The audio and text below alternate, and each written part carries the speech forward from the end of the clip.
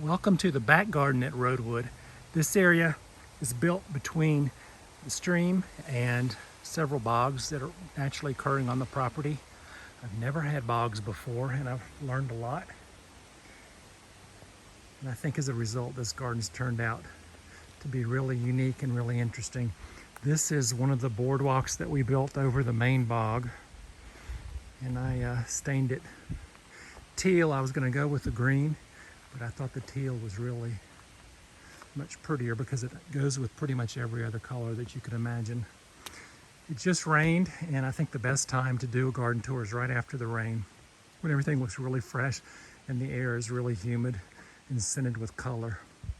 So this is the beginning of my main slope garden. I have a lot of my favorite plants here: upside down fern, Chinese mayapples, Himalayan Maidenhair Fern, and I've got a lot of Everillo carex, which is a plant that I use a lot in my design work. But in this case, it basically is to function as a waterfall effect that goes back and forth between the sides of the switchback steps that my employees and I built about 3 years ago. So I started this garden actually before the house was constructed, because who doesn't do that? In my world, everybody does.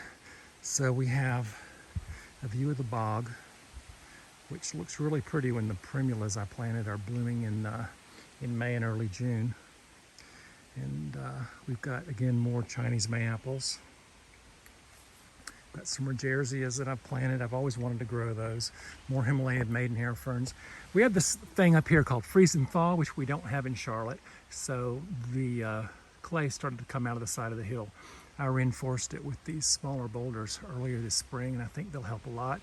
Plus give the ferns a better place to grow.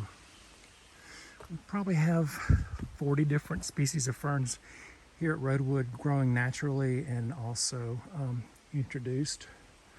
I like these. It's actually not a fern. They call it arborvitae fern. It's a selaginella or club moss. And Cole's prostrate hemlock for rhythm. We have several of those. There's another one there. I love Tiarella cordifolia, or foam flower. It is native to this area. I planted probably 300 plugs of that, and it's really, really pretty in the spring when it blooms white or sometimes pink. Again, going up the switchback steps, more Himalayan Maidenhair Ferns. We used for stair treads these strip ruble rock pieces from Tennessee, just to cut down on future maintenance. Lonicera that somebody gave me, it's doing really well. There's another smaller one I planted a few weeks ago.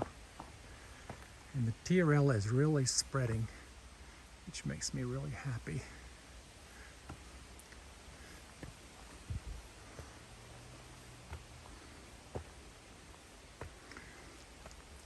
Iris cristata, that's native to this area. It's a big clump that I'm proud of and very happy with.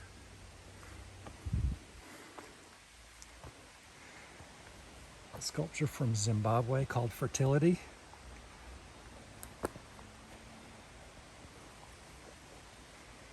Looking back down on the boardwalk.